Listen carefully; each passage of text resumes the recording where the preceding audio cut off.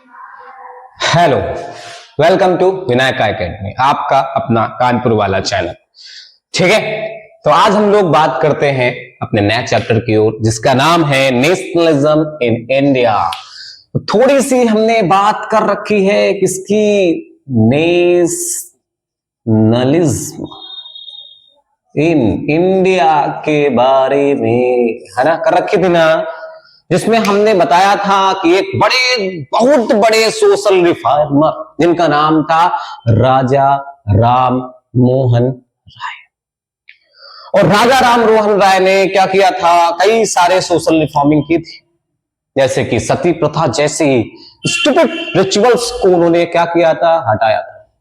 हे प्रभु, हे आनंददाता, क्या हो गया, ये क्या कर रहे हो। उन्होंने विलियम बेंटिक के पास गए, कहा ओ बेटा विलियम बेंटिक, अब तुम्हारा क्या होगा, इसको हटाओ, नहीं तो पता नहीं क्या क्या होगा। और जब ये सब चीजें विलियम बेंटिक ने सुनी तो कहा कि भैया देख लो, इंडिया में और कुछ करा ले, लेकिन हमसे धार्मिक मामलों में इंटरफेरेंस ना करो, वो खतरनाक लोग होते हैं भैया, हम माफ करो भैया, पैर छू रहे हैं तुम्हारे। विलियम बेंटिक ने कहा देखिए आप, मतलब राजा राम मोहन राय ने कहा हम आपका सपोर्ट करते हैं, आप चिंता मत करिए, आप केवल और केवल एक्शन की लीजिए, हम ऐसी तैसी। 1829 में उन्होंने सती प्रथा को क्या कर दिया, पूरी तरह से खत्म कराया। आइडल वर्शिप के खिलाफ भी उन्होंने कई सारे क्या है वर्क किए। ठीक है, कई सारे उनका कारण भी रहा। फिर उसके बाद हमारे यहाँ एक और बहुत बड़े नेता है जिनका नाम था क्या, दादा भाई नौरोजी। वो पहले क्या थे, भारतीय थे, जिन्होंने क्या थे, ब्रिटिश पार्लियामेंट में पहुंचे थे। ठीक है, यहां से उन्होंने अपनी पूरी की पूरी प्रॉपर्टी बेचकर क्या हुए, इंग्लैंड गए, वहां की मेंबरशिप ली। मेंबरशिप लेने का मतलब वहां पर अपना क्या है, रहने लगे, वहां पर वोट इलेक्शन में पार्टिसिपेट किया, और कहते हैं 5 वोट से वो क्या हो गए थे, वहां पर जीत गए थे। और जब वहां पर पहुंचे तो वहां पर उन्होंने अपनी बात रखी, जिसे कहते हैं ड्रेन ऑफ वेल्थ की थ्योरी वहां पर रखी, कि किस तरीके से, समझ लीजिए एक बात में तो क्या है, ब्रिटिशर्स बहुत अच्छे हैं, किस बात में, कि जुडिशरी का बहुत ज्यादा सम्मान करते हैं। ठीक है, बहुत ज्यादा नहीं, बहुत ज्यादा सम्मान करते हैं। ठीक है, समझ लो वहां पर ब्रिटिशर्स सभी के सभी ब्रिटिशर्स बैठे हुए हैं, और वहां पर वो क्या करते हैं, ड्रेन ऑफ वेल्थ की थ्योरी देते हैं। क्या कहते हैं कि हमारे यहां दुनिया की सबसे बड़ी इकोनॉमी, तो लालच तो थोड़ा बहुत तो आएगा ही आएगा, घमंड थोड़ा बहुत तो आएगा ही आएगा। तो बहुत सारे लुटेरे बहुत दिनों तक हमारे यहां आते रहे और हमारे देश को अनवरत लूटते रहे, लेकिन इस समय हमारे यहां एक ऐसा लुटेरा बैठा है जो हमको बनने तक का मौका नहीं दे रहा, लगातार खींचे जा रहा, जैसे पतंग ने ऐसे खींचते जाओ, वैसे ही वो पैसा ऐसे करके खींचता चला जा रहा है। ठीक है, तो हमने बताया था कि दादा भाई नौरोजी जो पॉलिटिशियन थे, राजा राम मोहन राय जो कि क्या थे, सोशल रिफॉर्मर थे। इन दोनों का एक मिक्सचर था, कौन, हमारे पोरबंदर में जन्मे कौन, महात्मा गांधी, जिनके पिताजी का नाम मोहनदास करमचंद्र और माताजी का नाम पुतलीबाई। उनके घर में एक पर्सन का, एक महापुरुष का जन्म होता है। वैसे देखिए तो महापुरुषों का जन्म 69 उनके जन्मतिथि में जरूर होती है। जैसे कि आप देखोगे नेपोलियन 1769, महात्मा गांधी 1869, हर एक 100 सालों में क्या होगा, एक महापुरुष का जन्म होगा। 1969 में पता नहीं किसका जन्म। ठीक है, वो महापुरुष ही रहा होगा कोई। ठीक है, तो नेशनलिज्म इन इंडिया, तो इंडिया में नेशनलिज्म की शुरुआत अगर हम बात करें तो रिनेजा से शुरुआत होती है, और रिनेजा के फोररनर किसे कहा जाता है, अग्रदूत किसे कहा जाता है, वो कहा जाता है राजा राम मोहन राय। तो हम बात करते हैं आगे की कहानी की, जो कि क्या है, 2 अक्टूबर 1869 में शुरू होती है। कहां पे, गुजरात के एक छोटे से क्या है, रीजन कह सकते हैं, जिसका नाम है पोरबंदर।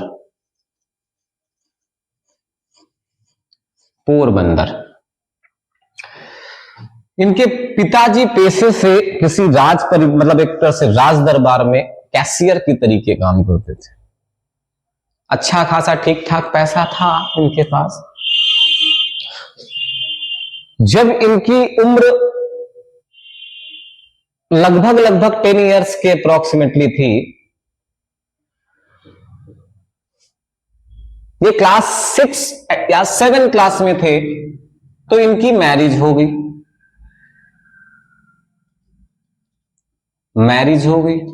शादी ब्याह हुआ, दोनों भाइयों की शादी एक साथ कराई गई।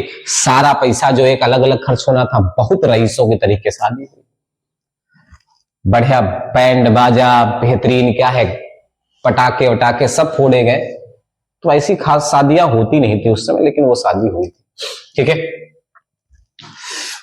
शादी के बाद 1-2 सालों का इनको ब्रेक मिला। ब्रेक मिलने के बाद इन्होंने पढ़ाई अपनी जारी की और पढ़ाई करते करते आगे गए। छोटे छोटे गांवों में पहले कॉलेजेस नहीं हुआ करते थे, कॉलेज मिला दूर एक बड़े कस्बे में शहर में मिलता था। तो इन्होंने क्या किया, एडमिशन लिया और एडमिशन लेकर, ठीक है, बीए की पढ़ाई करना शुरू किया। 1 वर्ष ही पढ़ा तो इनके पिताजी की पहले तो डेथ ही हो चुकी थी। तो पिताजी के एक बहुत अच्छे मित्र थे जिनका नाम था जोशी जी। जोशी जी इनके घर आते हैं और इनके बारे में पूछते हैं, ये बताते हैं सारी चीजों के बारे में, और वो फिर सलाह देते हैं कि काम क्यों नहीं करते आप, थोड़ा पैसा इकट्ठा करके इंग्लैंड चले जाओ। इंग्लैंड से क्या कर दो, लॉ की पढ़ाई कर लो, बैरिस्टर बन जाओ।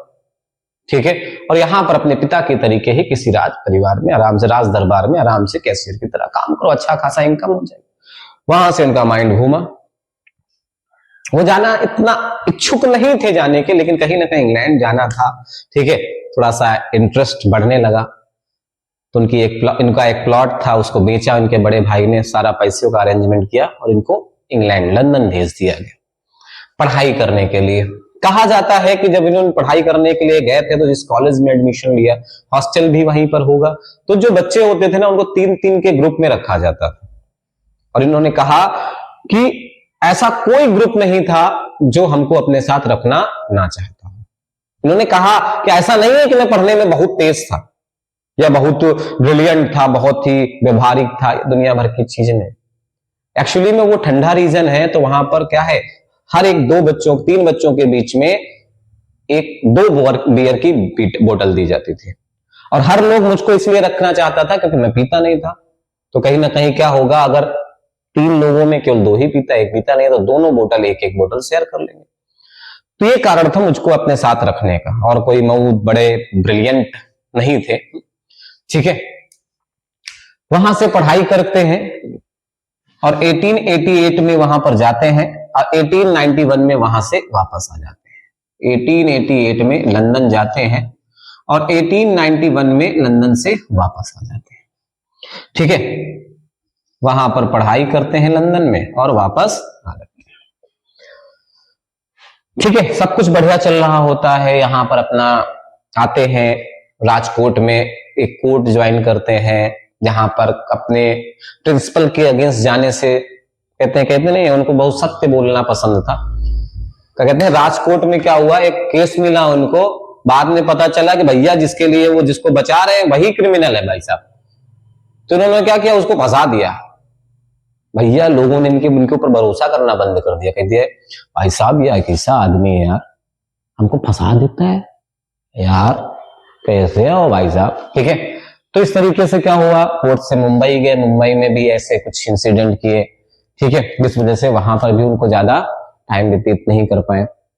हालांकि उनकी एक मुलाकात एक बिजनेसमैन से होती है जिसका काम कहां चल रहा होता है, ब्रिटेन में साउथ अफ्रीका में चल रहा होता है। वहां पर कुछ काम था, एक लॉयर की जरूरत थी। लॉयर के लिए कुछ कंडीशंस थी कि सबसे पहले चीज को तो हिंदी आती हो, इंग्लिश आती हो और गुजराती आती हो, 3 कंडीशंस थी। और गांधी जी क्या है, एक ऐसी पर्सनालिटी थी जिनको 11 भाषाओं का नॉलेज था, दोनों हाथों से लिख सकते थे। ठीक है, 11 तरीके से साइन कर सकते थे, बहुत बेहतरीन पर्सनालिटी थी। ठीक है, उसके बाद क्या हुआ, 1894 में कहते हैं कि कुछ महीनों के लिए 1894 में कुछ मंथ के लिए गांधी जी कहां चले जाते हैं, साउथ अफ्रीका चले जाते हैं। कुछ महीनों का ही समय था, लेकिन वो कुछ महीने जो है ना 21 ईयर में कन्वर्ट हो जाते हैं। कैसे कन्वर्ट होते हैं? 1894 में जब साउथ अफ्रीका जाते हैं तो वहां पर एक शहर है जिसे बोलते हैं नेटल, जहां पर सारे के सारे इंडियंस रहते थे। तो नेटल, हालांकि उनको क्या करना था वहां पर, लेकिन रहे वहां पर, पैसा अच्छा खासा मिला, तो उनका एक एम बन गया कि भैया यहां पर हम अपने पूरे परिवार को ले आएंगे, यहीं पर अपना ऑफिस बनाएंगे, बढ़िया कमाएंगे, खाएंगे, मौज करेंगे। भारतीयों के साथ क्या हो रहा है, मजा हमसे क्या लेने देना, हमारे साथ अच्छा हो रहा है, डजंट मैटर। फिर इन्होंने देखा कि एक बार क्या हुआ कि इन्होंने क्या किया, एक ट्रेन में बैठ गए जो कि प्रिटोरिया से आई थिंक डरबन तक जा रही थी। रास्ते में एक स्टेशन पड़ता है जिसको बोलते हैं पीटर्सबर्ग। तो इन्होंने टिकट लिया फर्स्ट क्लास कंपार्टमेंट का, और टिकट लेकर फर्स्ट क्लास कंपार्टमेंट में बैठ गए। जब फर्स्ट क्लास कंपार्टमेंट में बैठे ना, तो क्या हुआ कि जो लोग वहां पर टीटी आया, उसने कहा कि why are you travelling in this compartment. Gandhi ji ने क्या किया, टिकट दिखाया, आई हैव अ टिकट। तो टीटी ने बोला you are not eligible to travel in this compartment, this is reserved for white people only. Gandhi ji ने कहा ऐसा है, ज्यादा 3-5 ना करो, जो टिकट दे रहा था वो कहा अंधा था का? हमसे लेना देना नहीं है, क्या उसको रूल्स रेगुलेशन नहीं पता होंगे? तो हमको उसने टिकट दिया, सफर हम इसी में करेंगे, ऐसी तैसी थोड़ी। गांधी जी कम थोड़ी ना थे, देख रहे हो वहां पर उन्हीं के लोगों के बीच में भिड़े थे। तो उन्होंने कहा, टीटी ने कहा ऐसे ना मानोगे। 2 गार्ड बुलाए, एक ने इधर हाथ लगाया, एक ने इधर हाथ लगाया, टांग के बाहर बैठा ली, ले लबर लबर कर लियो। ठीक है, गांधी जी बैठे, गांधी जी की बेइज्जती हो गई भाई साहब। सेल्फ रिस्पेक्ट की बात, सेल्फ रिस्पेक्ट की बात भाई साहब। तो उनको लगा ससुरा हमने इतनी सेल्फ रिस्पेक्ट लगी है तो कितने भारतीयों के साथ ये इतना गलत कर रहे हैं, अब हमको रुकना पड़ेगा, इनको इनकी औकात दिखानी पड़ेगी, इनकी ऐसी तैसी। तो वहां पर वो क्या होते हैं, रुकते हैं, और वहां पर एक मूवमेंट चालू करते हैं जिसे बोलते हैं सत्याग्रह मूवमेंट। ठीक है, वहां पर एक मूवमेंट चालू करते हैं जिसे बोलते हैं सत्याग्रह। बात समझ में आ रही है? सत्याग्रह मूवमेंट यहां पर इन्होंने शुरू किया। सत्याग्रह मीन्स सत्य के लिए आग्रह, और कहते हैं वहां पर सारी चीजों को उन्होंने क्या किया, मूवमेंट किया, नॉन वायलेंस का सपोर्ट किया, अपनी बात रखी, और सत्याग्रह मूवमेंट वहां पर सफल हो गया। 1914 में कहते हैं वहां से निकलते हैं, 1914 में वहां से निकलकर लंदन जाते हैं, और लंदन से अपनी डिग्री लेते हुए 1915 में वो इंडिया आ जाते हैं। ये पेपर में पूछा जाने वाला क्वेश्चन है, when did Gandhi ji return to India? तो when did Gandhi ji return to India? तो Gandhi ji return to India in 1915। Date कौन सी थी आपको पता है? 9th of January, 9th of January, 9th of January 1915 में वे वापस आते हैं इंडिया। और इंडिया वापस आकर इस दिन को हम लोग क्या बनाते हैं, नेशनल इमिग्रेंट डे। ठीक है, भारतीय अप्रवासी दिवस, 9th of January 1915, 9th of जनवरी को एवरी ईयर हम लोग इसको डेट को सेलिब्रेट करते हैं। आते हैं, मतलब एक बुक लिखी होती है इन्होंने, गांधी जी ने, जिसका नाम होता है, ठीक है, हिंद स्वराज। स्वराज एक नया कॉन्सेप्ट लेकर आए थे वो। हिंद मतलब हिंदुस्तान, स्वराज मतलब सेल्फ रूल। इनमें कई कई बातें इन्होंने लिखी थी, सत्याग्रह का मतलब भी लिखा था, ठीक, कई सारी बातें इन्होंने लिखी थी। इन्होंने इस बुक को अपने ही पॉलिटिकल, जो उनको पॉलिटिकल गुरु जिनको मानते थे, उनका नाम था गोपाल कृष्ण गोखले, गोपाल कृष्ण गोखले को दिखाते हैं, वो बुक पढ़ते हैं, कहते हैं बकवास लिखी है, आपने केवल और केवल इमेजिनेशन लिखा है। इस समय जब आए तो यहां का सिचुएशन कुछ इस तरीके से था कि दुनिया में एक बहुत बड़ी सिचुएशन आ चुकी थी जिसे कहते थे वर्ल्ड वार। वर्ल्ड वार का सिचुएशन था, और ये यहां पर आए थे, बहुत सारी चीजों से इनको लड़ना भी था। क्योंकि कहीं ना कहीं इनके पॉलिटिकल टीचर जो थे ना, जिनका नाम था गोपाल कृष्ण गोखले, उन्होंने कह रखा था कि जो आप बुक में लिखे हो ना, इससे क्या चक्कर में लड़ लियो, मूवमेंट कर लियो, पहले यहां का सीखो, पहले देखो, वो अफ्रीका नहीं है, ये इंडिया है, भारत में सब कुछ अलग होता है, ठीक है, जय हिंद जय भारत है ना, इसीलिए जय करते हैं, क्योंकि सब कुछ अलग होता है, ठीक है। यहां पर जो हो जाएगा ना, दुनिया में कहीं नहीं हो सकता, ठीक है। यहां पर क्या कहें, हम नेताजी होते हैं ना, नेताजी, ठीक है, वो सबसे गरीब पर्सन होते हैं यहां पर, और हमारे लिए काम करते हैं, इसलिए हमारा फर्ज बनता है कि नेताजी आप 200-400 करोड़ का क्या करो, घोटाला कर दो, कोई दिक्कत नहीं, फर्ज बनता है भाई साहब, क्या है, वो कोई नौकरी थोड़ी ना करते हैं, हमारे लिए काम करते हैं, हमारे लिए कहां कहां जाते हैं, तो कहीं ना कहीं हमारा फर्ज बनता है ना कि उनके भी घर का, परिवार का थोड़ा सा देखें। अब यहां से दिल्ली तक हमारी शिकायतें लेकर, हमारी प्रॉब्लम लेकर जाएंगे और धक्के खा के ट्रेन में जाए, हमको अच्छा लगेगा? तो यार बेहतरीन एक लग्जरियस कार उनके लिए अवॉइड करा दिया तो क्या दिक्कत है? सिक्योरिटी भी तो फीचर देखना पड़ेगा उनके लिए, क्या हो बेहतरीन, क्या कर दें हम, एक फ्लीट तैयार कर लिए 10-10 कारों का, सिक्योरिटी भी तो मेजर करती है। हमारे नेताजी है, प्राउड फील होता है, हमारे नेताजी ऐसे हैं। क्या बात करते हो, कहते हो करप्शन करप्शन करप्शन, या क्या करप्शन भाई साहब, देहो नहीं बने, हम नौकरी नहीं कर रहे हैं वो हमारे लिए, भले जियो ने 349 रुपए में अनलिमिटेड सब कुछ कर दिया, लेकिन कहीं ना कहीं क्या होगा, मोबाइल भत्ता क्या होता है, 15,000 रुपए मिलता है कि नहीं मिलता? बातें करते हो यार, कैसी कैसी यार, है नेताजी को तुमने क्या बना दिया, बिल्कुल भाई नेताजी है भाई साहब, प्राउड करने वाला मूवमेंट है। जब नेताजी हमारे क्या होते हैं, बेहतरीन लग्जरियस कार से, बेहतरीन, हमारे नेताजी, हम कहते हैं हमारे नेताजी, है ना, ठीक है। तो हम आगे बात करते हैं, तो इंडिया में कुछ भी हो सकता है, दैट क्लियर, इंडिया में कुछ भी हो सकता है। जब गांधी जी आए तो यहां पर देखा कि यहां पर क्या चल रहा है, यहां पर चल रहा है भैया, क्या वार चल रहा है, क्या चल रहा है, वार चल रहा है। जब वार चल रहा है, ठीक है, इंडिया में नहीं वर्ल्ड में, तो क्या है, ये वर्ल्ड वार फर्स्ट था। थोड़ी सी सिचुएशन देख लेते हैं, पेपर में आता है, ठीक है।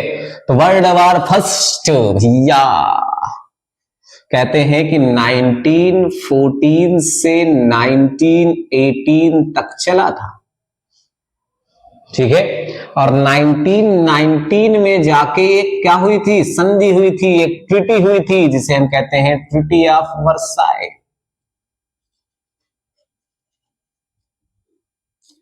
ट्रीटी ऑफ वर्साई, उसके साथ ये युद्ध पर विराम लगा दिया गया, और जर्मनी को बेमतलब में इसमें क्या किया गया, कहा गया तुम्हारे चक्कर में सब कुछ हुआ, इसलिए जितना खर्चा है ना सब तुम ही पे करोगे। कौन? जर्मनी, सब तुम ही पे करोगे, और बाकी तुम अपनी सैनिक नहीं रख सकते हो। बात समझ में आ रही है? बहुत सारा जुल्म कीन था, ठीक है। अगर हम बात करें कि वर्ल्ड वार फर्स्ट हुआ क्यों, क्या कारण था, तो उसके पीछे बहुत सारे कारण थे। क्यों? क्योंकि नेशनलिज्म आ चुका था, कई सारे नेशन स्टेट बन चुके थे, जो कि हमने पिछले चैप्टर में पढ़े, जर्मनी, इटली, बेल्जियम, सब दुनिया भर की चीजें बन गई। अब लोगों का दिमाग था कि वहां पर भैया रिसोर्सेज ज्यादा है, उसको कैप्चर करें, इंपीरियलिज्म जिसे कहते हैं, साम्राज्यवाद, साम्राज्य को बढ़ाना, अपनी पावर को शो करना, तो पहला कारण बन गया, ठीक है। कारण क्या था भैया? पहला, इंपीरियलिज्म।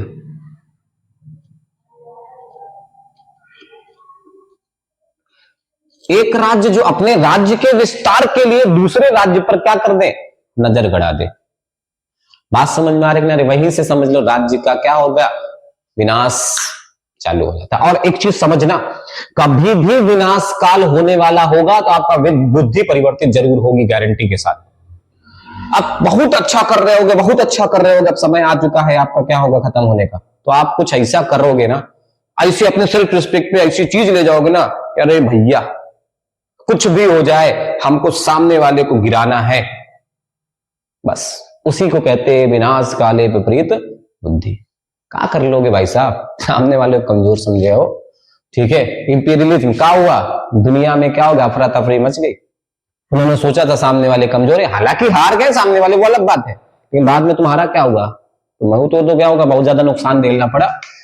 ठीक है, तुम्हारे पास एम्पायर था, इंडिया था, और भी बहुत सारी कंट्रीज थी, जिस वजह से तुमने अपने रिसोर्सेज को क्या कर दिया, मैनेज कर लिया। लेकिन बाद में कहीं ना कहीं आज क्या देखने को मिला, दूसरा कंट्री आपको डरा धमका रहा है कि नहीं डरा धमका रहा। दूसरी चीज, अपनी पावर को दिखाना, जिसे कहते हैं मिलिट्रीजिज्म।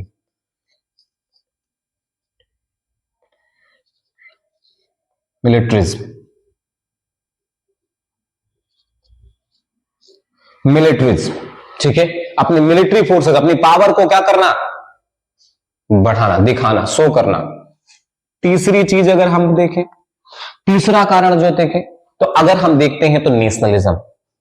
भैया लोगों के अंदर नेशनलिज्म की फीलिंग डेवलप हो चुकी थी।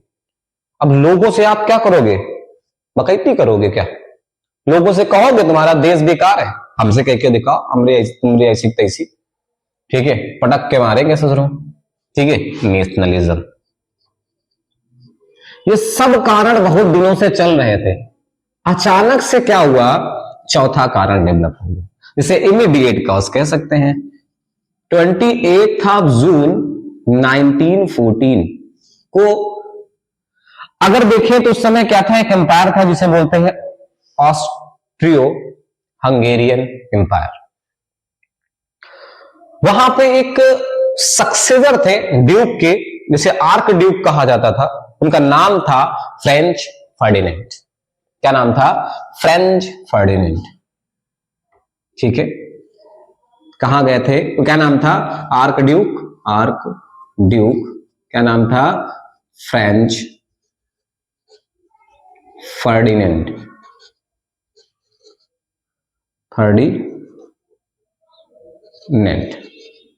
French Ferdinand. और इनकी वाइफ थी जिनका नाम था सोफी, ये गए थे घूमने, कहां गए थे घूमने, बोस्निया की कैपिटल साराजेवो। ये कहां गए थे घूमने, बोस्निया की कैपिटल, ठीक है, कहां पर, साराजेवो। अब जैसे घूम रहे थे ना अपनी वाइफ के साथ, पिकनिक मना रहे थे ना, तो सर्बिया के एक क्या थे, नेशनलिस्ट थे। सर्बिया के जो नेशनलिस्ट थे ना, जिनका नाम था गैब्रिलो प्रिंसिप, क्या नाम था, गैब्रिलो प्रिंसिप, जिन्होंने इनको और इनकी वाइफ को टाए ठीक है निपटा दिया। भैया किसी राज्य का एक उत्तराधिकारी था, राजा था, और उनको आपने निपटा दिया, तो क्या होगा, सामने से लड़ाई होगी। ऑस्ट्रिया ने सर्बिया पर अटैक कर दिया भाई साहब। और जब ऑस्ट्रिया ने किया सर्बिया पर अटैक, तो भैया रसिया ने साथ दे दिया, किसका, सर्बिया का। रशिया ने साथ दे दिया सर्बिया का। और इधर जर्मनी को गुस्सा आया, जर्मनी ने क्या किया, अटैक कर दिया बेल्जियम पे।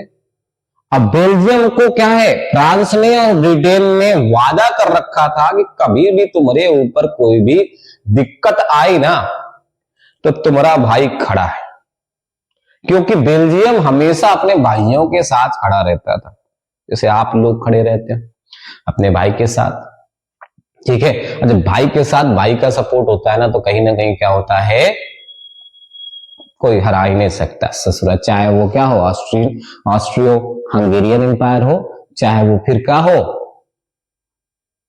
जर्मनी हो, ठीक है।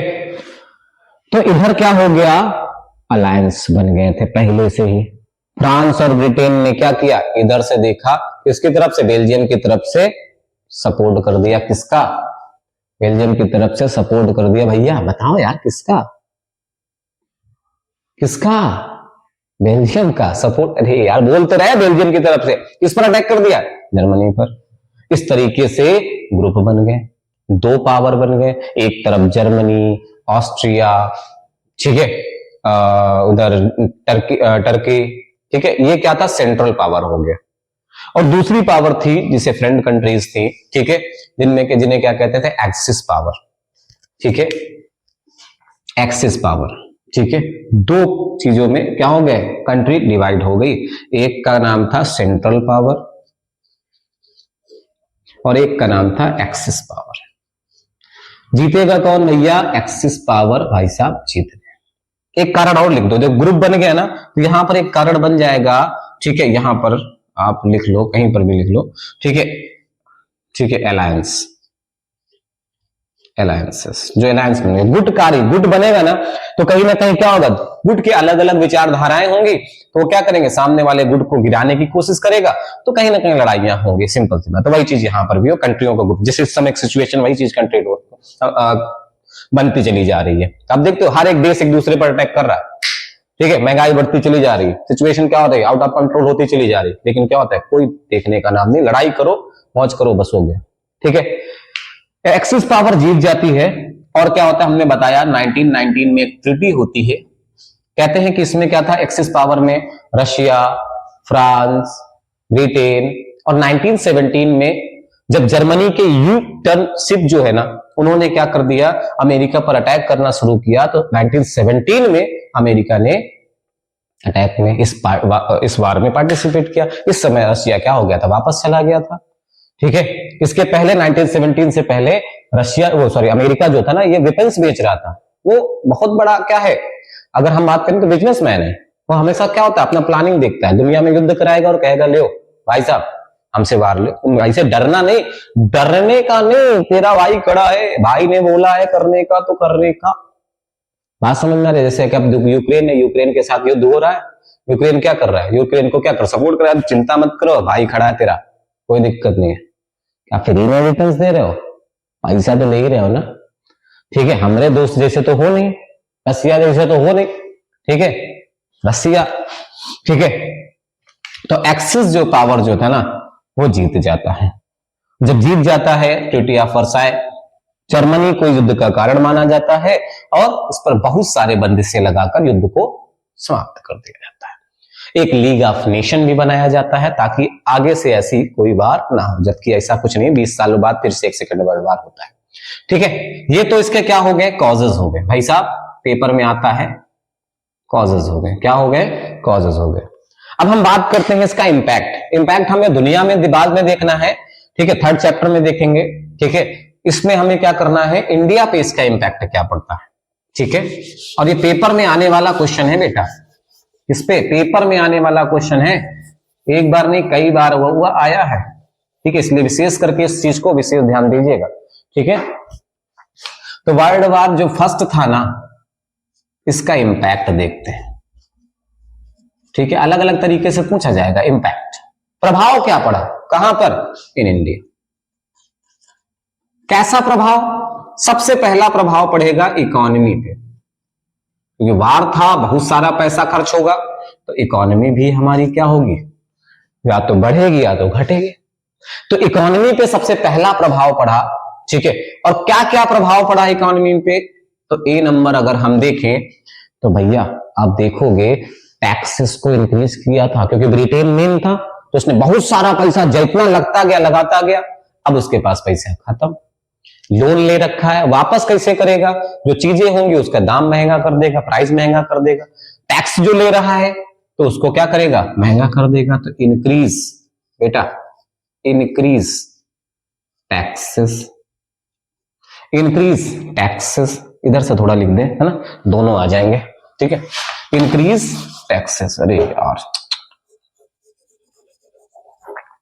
ठीक है, इंक्रीज टैक्सेस, पहली चीज क्या है आप देखेंगे, इंक्रीज, ठीक है, इंक्रीज टैक्सेस, ठीक है। अपने क्या है, वार में एक्सपेंडिचर को मैनेज करने के लिए सबसे पहला काम क्या किया, इंक्रीज किया, क्या इंक्रीज किया, टैक्सेस को इंक्रीज किया। दूसरी चीज देखा कि चीजों के प्राइसेस को क्या कर दिया, महंगा कर दिया, तो क्या कर दिया, इन्फ्लेशन आ चुका था, क्योंकि प्राइस जब बढ़ेगा तो इन्फ्लेशन, प्राइस घटेगा तो क्या होगा, डिफ्लेशन।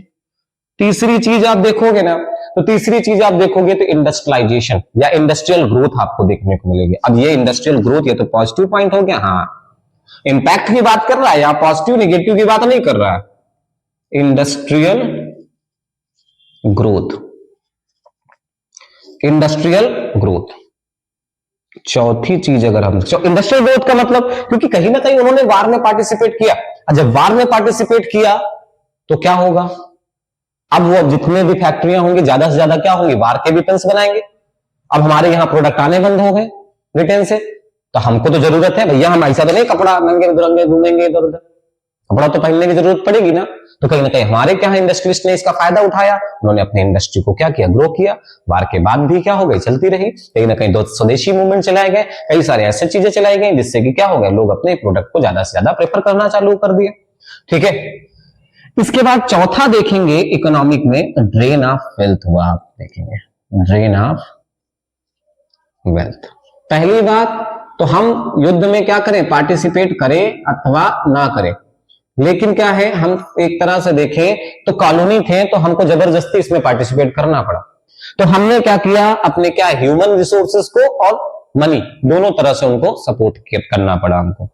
अच्छा, इसका कारण भी था क्योंकि उन्होंने प्रॉमिस भी कर दिया था कि भैया वार खत्म होने दो, हम आपको बहुत सारे क्या करेंगे, प्रिविलेज देंगे, बहुत सारे क्या है आपको डोमिनेंट स्टेटस तक देने के, मतलब एक फ्रीडम तक देने के हमने उन्होंने वादे कर दिए थे।